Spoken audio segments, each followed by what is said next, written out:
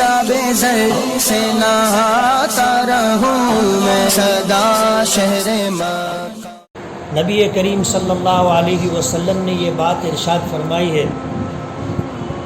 کہ جس شخص نے جہاد نہیں کیا یا جہاد کے لیے اپنے آپ کو تیار نہیں کیا، من مات ولم یغزو ولم یحدث بها نفسہ مات علی شعبۃ من نفاق، کہ جس شخص کا انتقال اس حالت میں ہوا کہ اس نے جہاد نہیں کیا تھا اور جہاد کی نیت اور ارادہ بھی نہیں کیا تھا، اپنے آپ کو جہاد کے لیے تیار بھی نہیں کیا تھا، اگر اس حالت میں اس کا انتقال ہو گیا تو وہ نفاق کے ایک شعبے پر مرے گا۔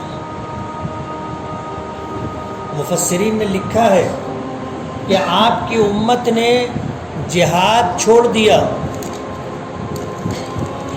حتیٰ کہ جہاد کا ارادہ تک اور نیت تک چھوڑ دی۔ یہی وجہ ہے کہ پوری دنیا میں ہم لوگ ذلیل و خوار ہو رہے ہیں۔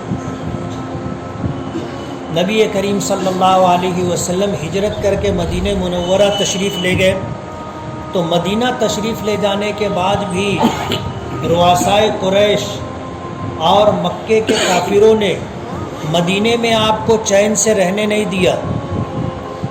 تقریباً 19 غزوات و سرایا پیش آئے۔ غزوہ اس جنگ کو کہتے ہیں جس میں نبی کریم صلی اللہ علیہ وسلم بنفس نفیس شریک رہے، اسے غزوہ کہتے ہیں۔ اور جس لشکر میں آپ شامل نہ ہو، صرف صحابہ کرام کو آپ نے بھیجا اور آپ مدینہ منورہ رک گئے، اسے سریہ کہتے ہیں، جس کی جمع سرایا ہے۔ تو 19 کے قریب غزوات اور سرایا پیش آئے۔ پہلا غزوہ جو پیش آیا تھا وہ غزوہ بدر کا معرکہ تھا۔ آپ ہجرت کر کے مدینہ منورہ تشریف لائے، مکے کے لوگوں نے تیاری کی اور نبی کریم صلی اللہ علیہ وسلم سے میدان بدر میں مقابلہ ہوا۔ حق اور باطل کا پہلا مقابلہ تھا، اسلام اور کفر کی پہلی جنگ تھی۔ اللہ پاک نے مسلمانوں کو فتح عطا فرمائی۔ 14 مسلمان صحابی شہید ہوئے جن کی قبریں مقام بدر پر ہیں، اور 70 کافر مارے گئے، اور یہ 70 کے 70 سب سرداران قریش میں سے تھے۔ ابو جہل ہے، ابو لہب ہے، ایسے لوگ میدان بدر میں مارے گئے تھے۔ 70 جو ہے کافر مارے گئے تھے اور 70 ہی گرفتار بھی ہوئے تھے۔ تو پہلا غزوہ تھا، سن 2 ہجری میں پیش آیا تھا۔ اس سے پہلے بھی چھوٹی چھوٹی جنگیں، لوٹ مار، سرایا ہوتے رہے۔ غزوہ احد کا معرکہ پیش آیا جو سن 3 ہجری میں تھا۔ پھر اس کے بعد غزوہ خندق کا معرکہ پیش آیا جو سن 5 ہجری میں تھا۔ نبی کریم صلی اللہ علیہ وسلم کی عادت شریفہ تھی کہ فجر کی نماز پڑھانے کے بعد مصلی پر تھوڑی دیر رکتے تھے، بیٹھتے تھے۔ صحابہ کرام میں سے کسی نے کوئی خواب دیکھا ہو تو وہ اپنا خواب ذکر کرتا تھا اور حضور اس کی تعبیر بتایا کرتے تھے۔ کبھی ایسا بھی ہوتا تھا کہ نبی کریم صلی اللہ علیہ وسلم نے خود کوئی خواب دیکھا ہو تو آپ اپنا خواب بیان کرتے اور پھر اس کی تعبیر بھی بتایا کرتے تھے۔ سن 6 ہجری ذی میں نبی کریم صلی اللہ علیہ وسلم نے خواب دیکھا اور فجر کی نماز کے بعد مصلی پر تشریف فرما رہے اور صحابہ کرام کو اپنا خواب بتایا۔ خواب یہ تھا کہ میں اپنے صحابہ کے ساتھ اللہ کے گھر کا طواف کر رہا ہوں اور اطمینان کے ساتھ طواف مکمل کیا گیا۔ جب آپ نے یہ خواب بیان کیا تو صحابہ کرام کی اکثریت وہ تھی جو مکہ چھوڑ کر کے ہجرت کر کے مدینہ آئی تھی۔ مکۃ المکرمہ میں اللہ کا گھر ہے، مکۃ المکرمہ میں نبی کریم صلی اللہ علیہ وسلم کو نبوت ملی اور آپ نے اپنی نبوی زندگی کے 13 سال مکے میں گزارے۔ بہت ساری یادیں وابستہ تھی مکہ مکرمہ سے۔ صحابہ کرام نے پوچھا کہ اللہ کے رسول، آپ نے جو خواب دیکھا ہے اس کی تعبیر کیا ہے؟ تو آپ نے فرمایا کہ ہم لوگ انشاءاللہ عمرہ کریں گے، اللہ کے گھر کا طواف کریں گے۔ خواب کے بعد نبی کریم صلی اللہ علیہ وسلم نے اعلان کر دیا کہ ہم عمرے کے لیے مکۃ المکرمہ جائیں گے۔ سفر لمبا تھا، لوگوں نے تیاری شروع کر دی، اور جب تیاری ہو گئی تو نبی کریم صلی اللہ علیہ وسلم اپنے صحابہ کرام کو لے کر کے، جن کی تعداد 1500 تھی، آپ مدینہ منورہ سے نکلے، اور آپ نے اپنے سفر کے پروگرام کو چھپایا نہیں، ورنہ آپ جب مدینہ منورہ سے کسی جنگ کے لیے نکلتے تھے تو خاموشی سے نکلا کرتے تھے، کسی کو پتہ نہیں ہوتا تھا کہ حضور کہاں جا رہے ہیں، کیوں جا رہے ہیں۔ لیکن عمرے کی نیت تھی، جنگ مقصود نہیں تھی، اس لیے آپ نے اعلان کر دیا کہ ہم مکہ مکرمہ جا رہے ہیں عمرہ کرنے کے لیے، اور یہ خبر مکے والوں تک پہنچ گئی۔ نبی کریم صلی اللہ علیہ وسلم کی سوچ یہ تھی کہ مکہ مکرمہ میں اللہ کا گھر ہے، اور اللہ کے گھر پر سب کا مشترکہ حق ہے، اس لیے آج تک کسی کو اللہ کے گھر آنے سے روکا نہیں گیا، چاہے مکے والوں کا ان سے کتنا ہی اختلاف اور جھگڑا رہا ہو۔ نبی کریم صلی اللہ علیہ وسلم کی سوچ یہ تھی کہ ہم نے عمرے کا اعلان کیا ہے اور عمرے کے لیے ہم سفر کر رہے ہیں، تو مکے کے لوگ ہمیں روکیں گے نہیں۔ اب جب مکہ مکرمہ میں یہ خبر آئی کہ اللہ کے رسول صلی اللہ علیہ وسلم اور صحابہ عمرے کے لیے آ رہے ہیں، تب لوگوں میں چرچا ہوا۔ ایک جماعت یہ کہنے لگی کہ اگر وہ عمرے کے لیے آ رہے ہیں تو ان کو آنے دیا جائے۔ کیوں؟ وجہ اس کی یہ ہے کہ آج تک ہم نے اپنے کسی دشمن کو اللہ کے گھر آنے سے روکا نہیں، ہمارا لاکھ اختلاف سے ہے، لیکن جب اللہ کے نبی صلی اللہ علیہ وسلم عمرے کے لیے آ رہے ہیں تو ہمیں انہیں روکنا نہیں چاہیے، وہ آئیں عمرہ کر کے چلے جائیں۔ لیکن جو پرجوش یا نوجوان مکے کے لوگ تھے وہ کہنے لگے کہ نہیں، ہم ان کو مکہ نہیں آنے دیں گے، ہم انہیں اللہ کے گھر کا طواف نہیں کرنے دیں گے۔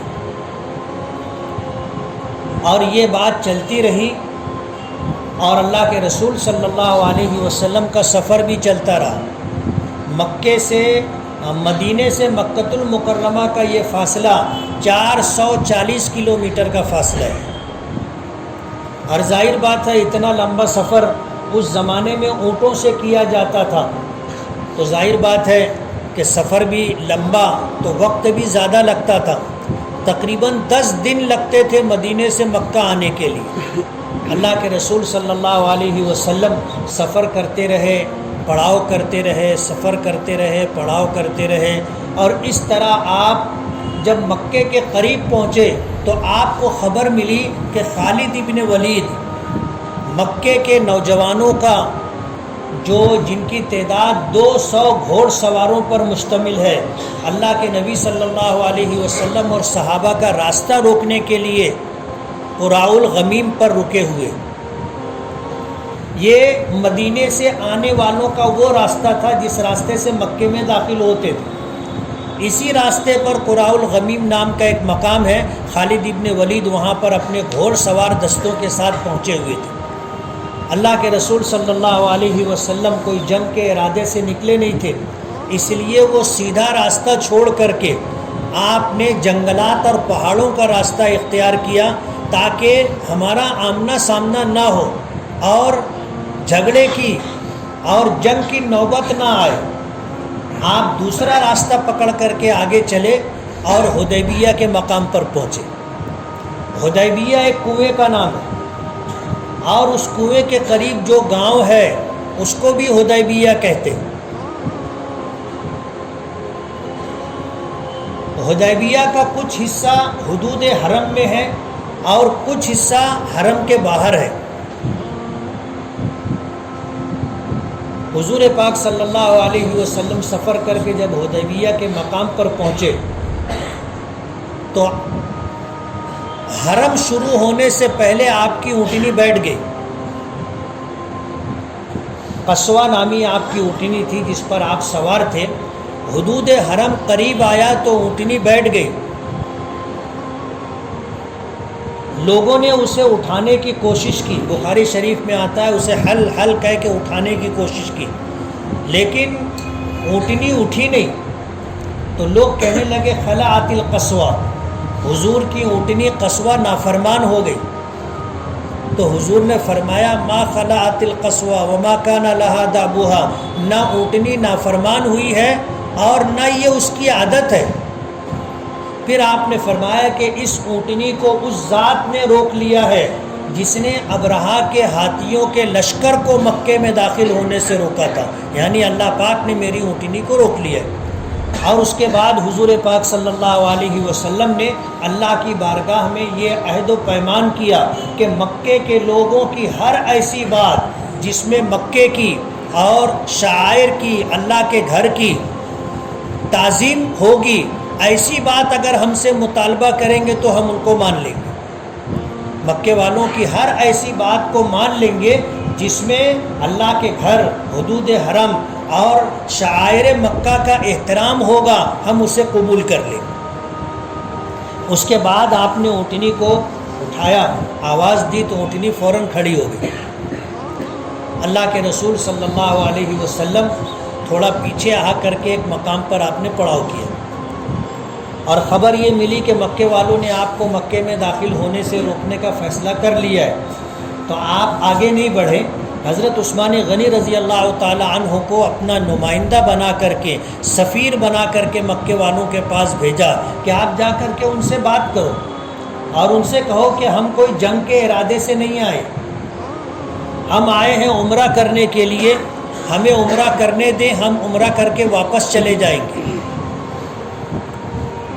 حضرت عثمان غنی رضی اللہ تعالی عنہ کا انتخاب اس لیے ہوا تھا کہ مکے والوں میں بھی آپ بہت معزز تھے. اللہ نے پہلے سے مال و دولت عطا کی تھی اور خاندان بھی ان کا باعزت تھا, اور اسی کے ساتھ ان کا اپنا ذاتی مقام بھی مکے والوں کے نزدیک بہت معتبر تھا. اللہ کے رسول صلی اللہ علیہ وسلم نے حضرت عثمان غنی رضی اللہ تعالی عنہ کو اپنا سفیر بنا کر کے, نمائندہ بنا کر کے بھیجا تھا.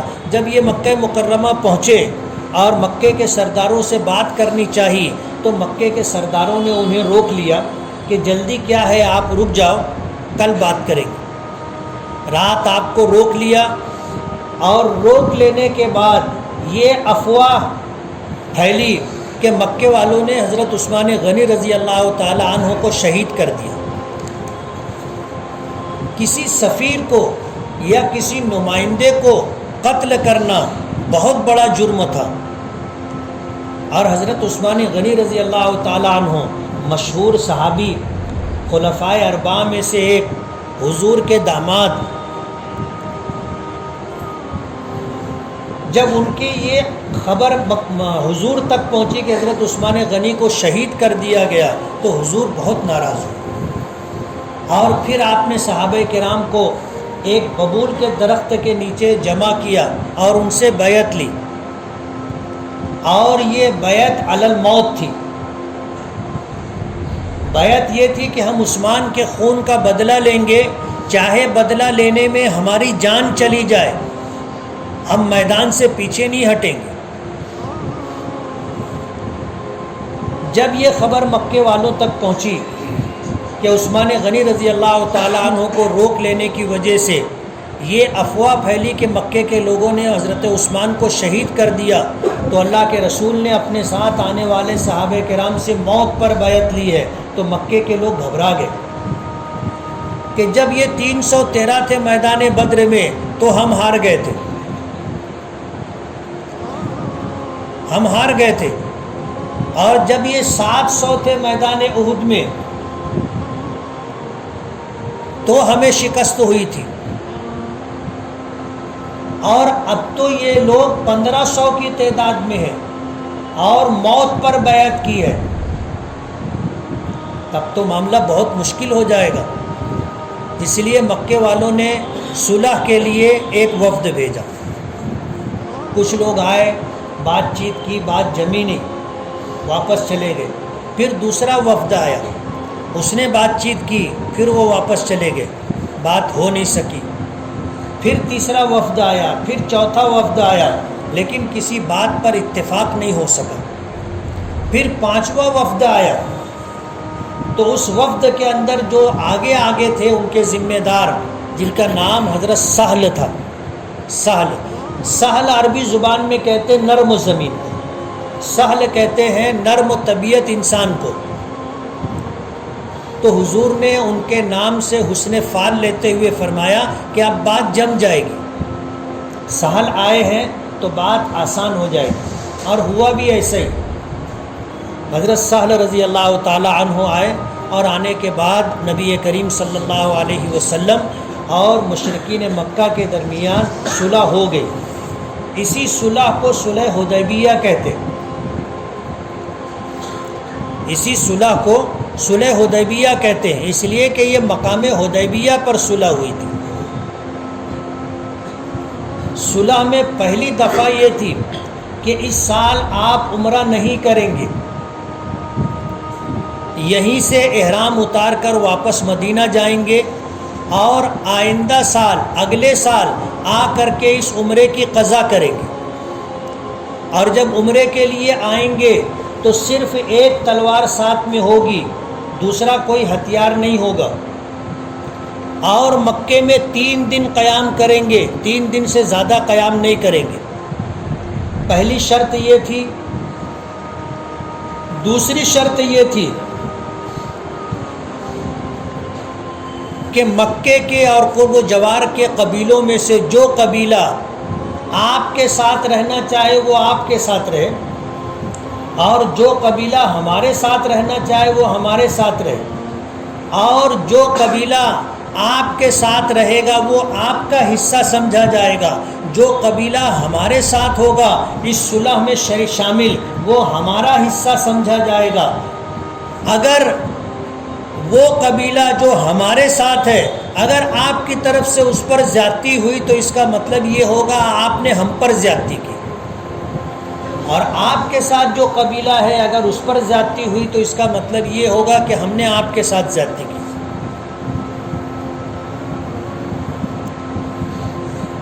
تیسری دفعہ یہ تھی کہ اگر مکے کا رہنے والا کوئی شخص باپ دادا کا دین چھوڑ کر کے آپ کے پاس آ کر کے اسلام قبول کرے گا تو آپ کو واپس کرنا پڑے گا، ہم لینے آئیں گے اور وہ آدمی آپ ہمیں واپس کریں گے۔ اور اگر مدینے کا کوئی شخص آپ کا دین چھوڑ کر کے اپنے باپ دادا کے دین کو قبول کر کے مکہ آئے گا تو ہم واپس نہیں کریں گے۔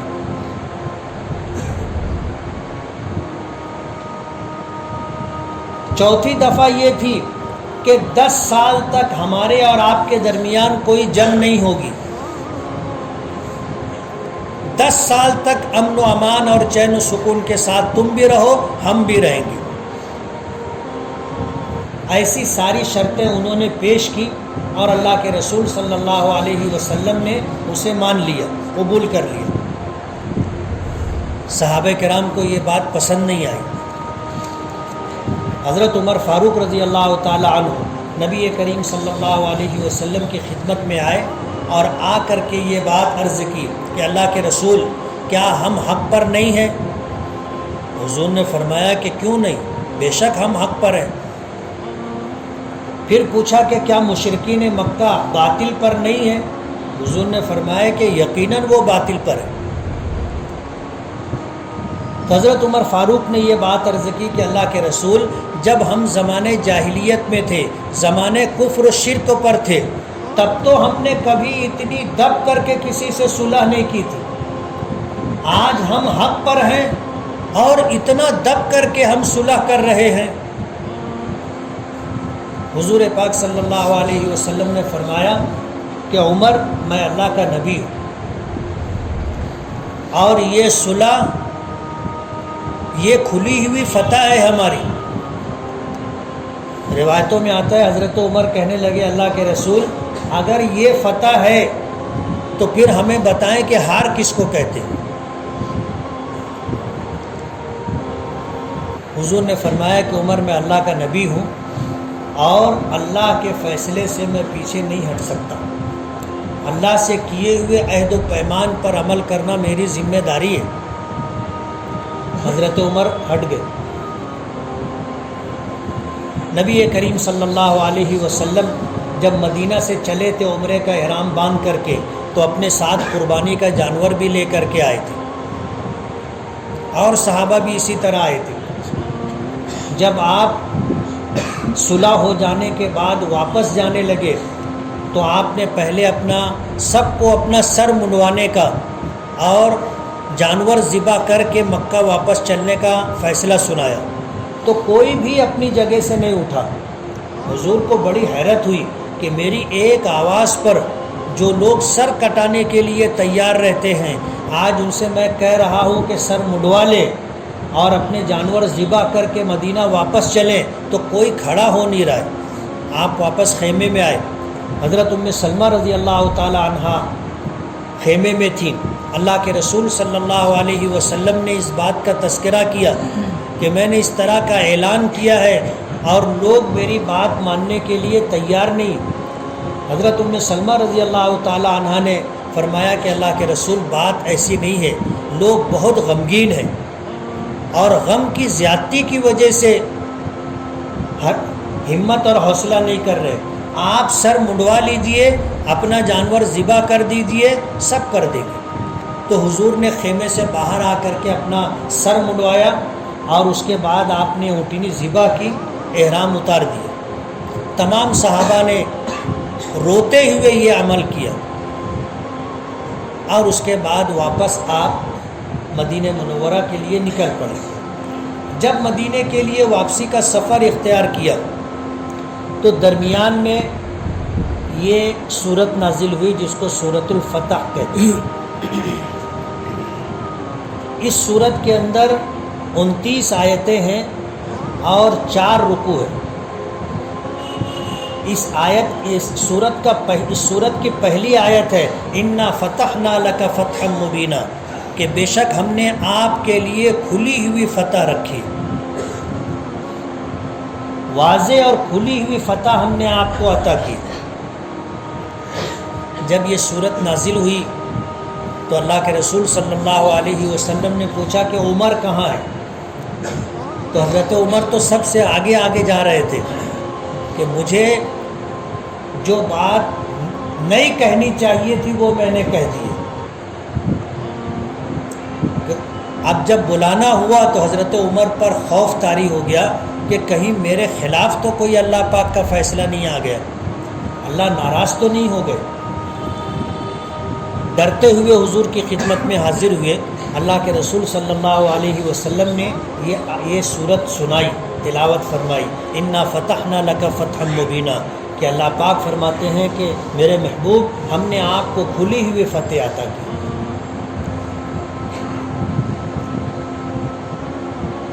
مفسرین نے لکھا ہے کہ حدیبیہ کی یہ صلح فتح مکہ کا پیش خیمہ تھا۔ مکے کے لوگوں نے جو صلح کی تھی اس میں ایک دفعہ یہ تھی کہ ہمارے اور آپ کے درمیان 10 سال تک امن و امان رہے گا، صلح رہے گی، نہ ہم آپ کو تکلیف دیں گے نہ آپ ہمارے اوپر چڑھائی کریں گے۔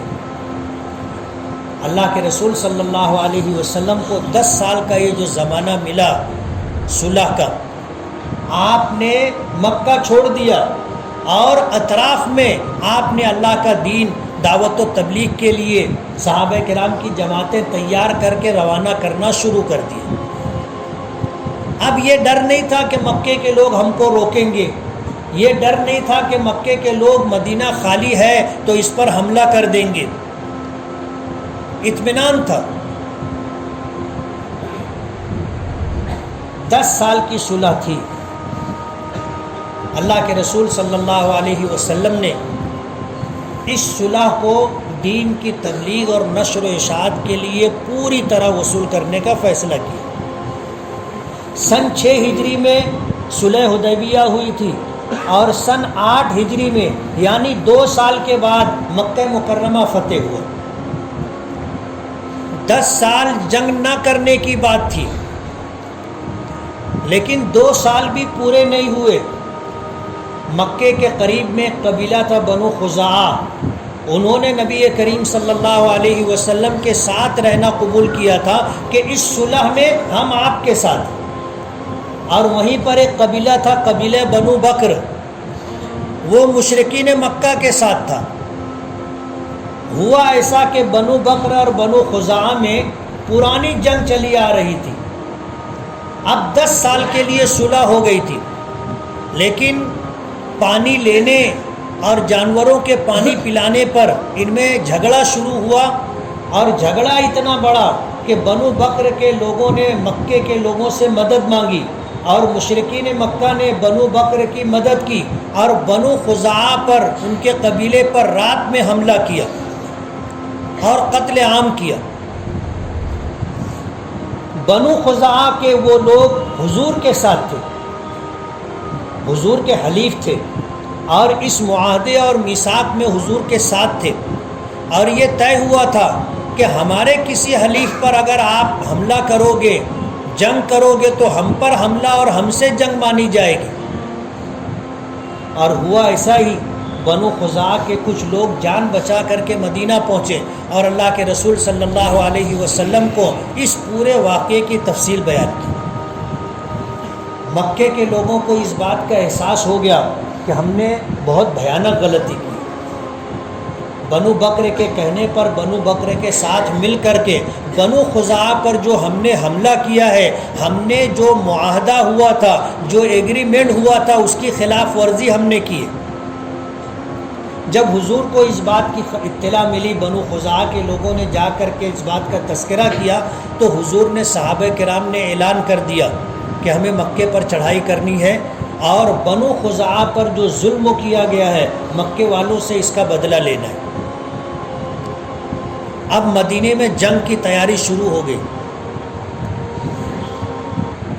ادھر مکے والوں کو جب اس بات کی خبر ہوئی کہ مدینے میں یہ اعلان ہو گیا ہے، تو یہ گھبرا گئے۔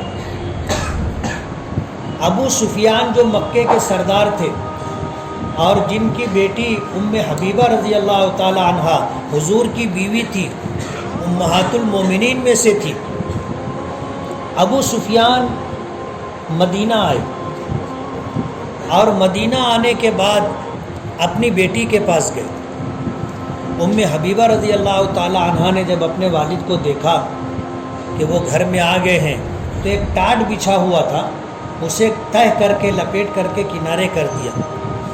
تو ابو سفیان ام حبیبہ رضی اللہ تعالی عنہا کے باپ تھے، والد تھے، کہنے لگے کہ بیٹی، یہ بستر میرے قابل نہیں تھا یا میں بستر کے قابل نہیں تھا، تم نے اٹھا کیوں دیا؟ لوگ تو بچھاتے ہیں نا مہمان کے آنے پر، تم نے اٹھا دیا۔ تو ام حبیبہ رضی اللہ تعالی عنہا کہنے لگی کہ یہ میرے آقا رسول اللہ صلی اللہ علیہ وسلم کا بستر ہے، اور تم مشرک اور ناپاک ہو، اللہ کے رسول صلی اللہ علیہ وسلم کے پاک بستر پر میں تمہیں کیسے بٹھا سکتی ہوں؟ اس لیے میں نے لپیٹ کر رکھ دیا۔ تو ابو سفیان کہنے لگے کہ بیٹی، مجھ سے جدا ہونے کے بعد تم بہت بدل گئی۔ ام حبیبہ رضی اللہ تعالی عنہا نے کوئی جواب نہیں دیا، خاموش رہی۔ ابو سفیان کہنے لگے کہ میں آیا ہوں صلح کی بات کرنے کے لیے، تم حضور پاک صلی اللہ علیہ وسلم سے میری سفارش کر دو۔ ام حبیبہ رضی اللہ تعالی عنہا نے جواب دیا کہ یہ مردوں کے معاملات ہیں، مردوں کے معاملات میں ہم لوگ دخل نہیں دیتے، آپ خود بات کرو۔ ام حبیبہ رضی اللہ تعالی عنہا نے انکار کر دیا۔ ابو سفیان یہاں سے نکلے، حضرت فاطمہ رضی اللہ تعالی عنہا کے پاس گئے اور ان سے جا کر کے یہ گزارش کی کہ آپ ہماری سفارش کر دیں، صلح دوبارہ کروا دیں۔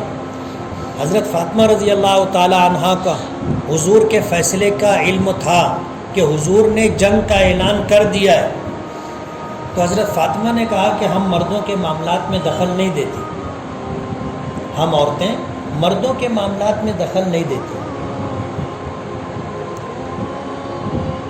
پھر وہ اور لوگوں کے پاس کوشش کی. حضرت حسن اور حضرت حسین بچے تھے، عمر کم تھی.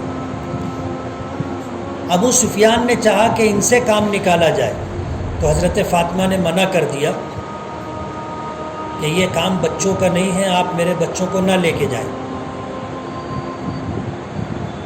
ابو سفیان نے کوشش کی لیکن کوشش میں ناکام رہے. واپس مکہ آ گئے اور مکے والوں کو آ کر کے خبر دے دی کہ صلح دوبارہ نہیں ہو سکی ہے، کسی بھی وقت ہم پر حملہ ہو سکتا ہے. اللہ کے رسول صلی اللہ علیہ وسلم نے پوری تیاری کروائی اور پوری تیاری کر کے 10,000 لوگوں پر مشتمل ایک لشکر لے کر آپ مدینے سے چلے مکے پر چڑھائی کرنے کے لیے. جب مکے کے قریب پہنچے تو ایک وادی کے اندر پورے لشکر کو ٹھہرایا اور ہر ایک کو حکم دیا کہ ہر آدمی اپنا کھانا خود بنائے.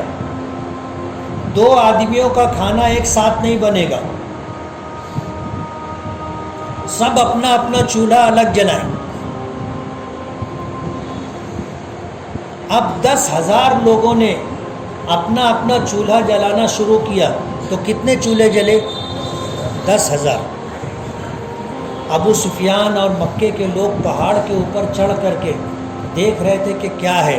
جب دیکھا کہ یہاں سے وہاں تک چولہے ہی چولہے جل رہے ہیں تو انہوں نے حساب لگایا کہ ایک چولہے پر کم سے کم 10 لوگوں کا کھانا بنتا ہے.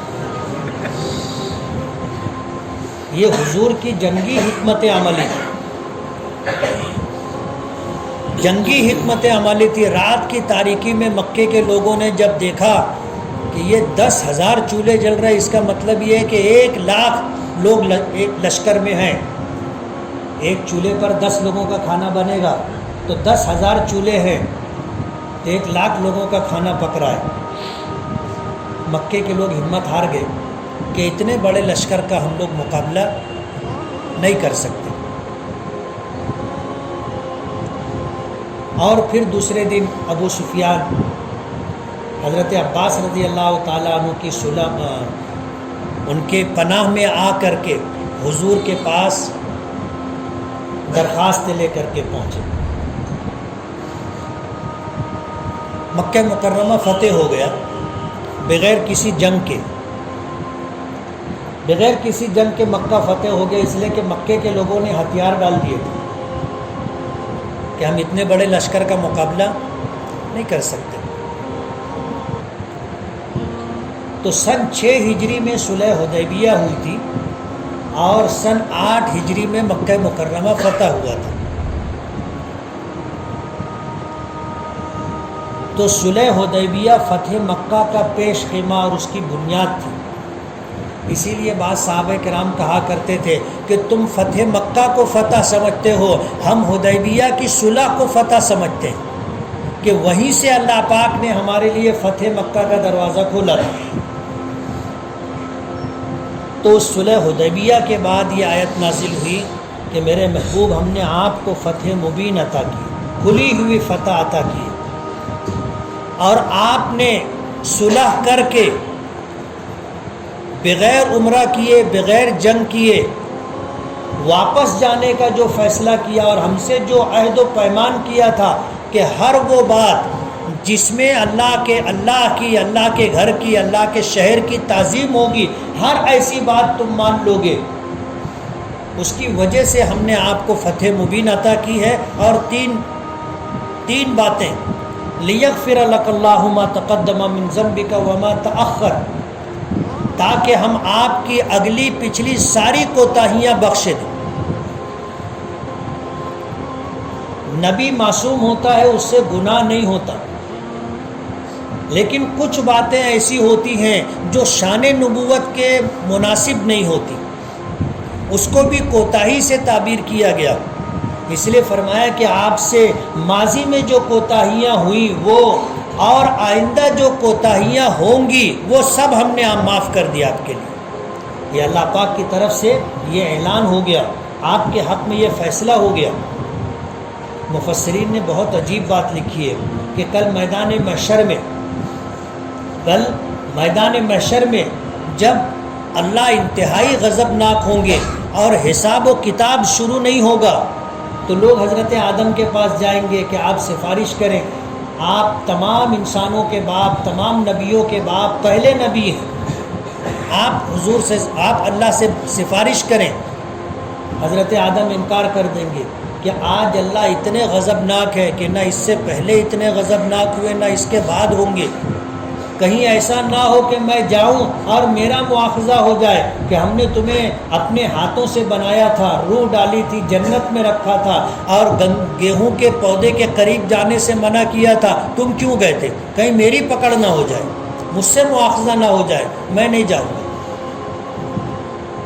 سارے نبی عذر کر دیں گے، لیکن جب آخر میں نبی کریم صلی اللہ علیہ وسلم کے پاس آئیں گے تو آپ فرمائیں گے کہ ہاں میں ہی سفارش کروں گا۔ وجہ اس کی یہ ہے کہ کسی نبی کے بارے میں اللہ نے یہ فیصلہ نہیں سنایا کہ ہم نے آپ کی پچھلی اور اگلی ساری کوتاہیاں معاف کر دی، کسی نبی کو یہ بات نہیں کی، لیکن حضور سے یہ بات فرمائی اس لیے کہ اللہ کے رسول فرمائیں گے کہ ہاں میں سفارش کروں گا۔ کیوں؟ اللہ نے میری پچھلی بھی ساری کوتاہیاں اور بعد کی بھی ساری کوتاہیاں بخش دی ہیں، کوئی مواخذہ نہیں ہے، میں جا کر کے سفارش کروں گا۔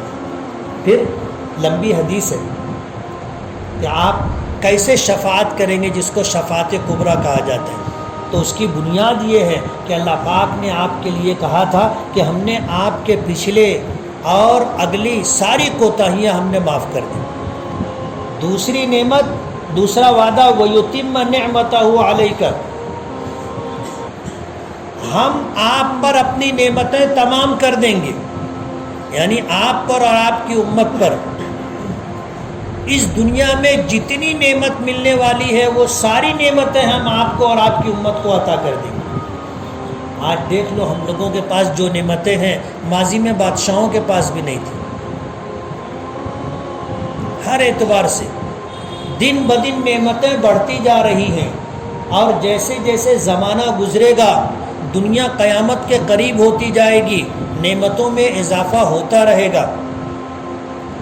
ایک وقت آئے گا کہ زمین اپنے خزانے اگل دے گی، دریاؤں اور سمندروں سے سونے کے پہاڑ نکلیں گے،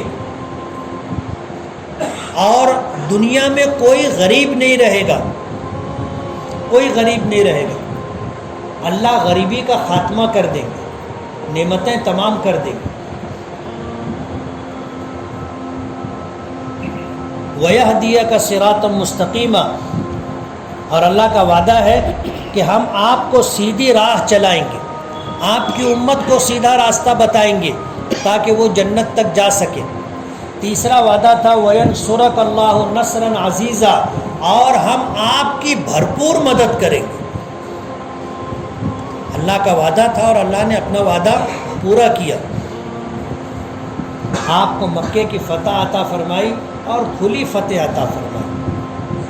اللہ کی مدد حضور کے ساتھ تھی، جو لوگ حضور کی دین و شریعت پر رہیں گے اللہ کی مدد ان کے ساتھ بھی رہے گی، اور یہ قیامت تک کا وعدہ ہے اللہ پاک کا۔ ہم اگر چاہتے ہیں کہ ہمیں اللہ کی مدد حاصل ہو تو ہمیں اللہ کے دین پر آنا پڑے گا، اللہ کے دین پر۔ ہم اللہ کے دین پر اپنے نبی کے طریقے اور سنت پر آ جائیں گے، اللہ کی مدد ہمارے ساتھ ہوگی، دنیا ہمارا بال بیکا نہیں کر سکے گی۔ ہم اگر اللہ کے دین سے ہٹے ہوں گے، حضور کی سنتوں سے کٹے ہوں گے تو اللہ کی مدد ہمارے ساتھ نہیں ہوگی اور دنیا ہمیں ذلیل کرتی رہے گی۔ تو صلح حدیبیہ کے موقع پر اللہ کے رسول صلی اللہ علیہ وسلم نے اللہ کے لیے، اللہ کے گھر کے لیے، اللہ کے شہر کے لیے جس بات کا اللہ سے عہد کیا تھا اس عہد کو پورا کیا۔ اللہ پاک نے وعدہ فرمایا کہ ہم نے آپ کو کھلی فتح عطا کی ہے، ہم نے آپ کی اگلی پچھلی ساری کوتاہیاں بخش دی ہیں، اپنی نعمتیں آپ پر تمام کر دی ہیں، اور سب سے بڑی نعمت صراط مستقیم ہم نے آپ کے لیے واضح کر دی ہے، اور ہم آپ کی بھرپور مدد کریں۔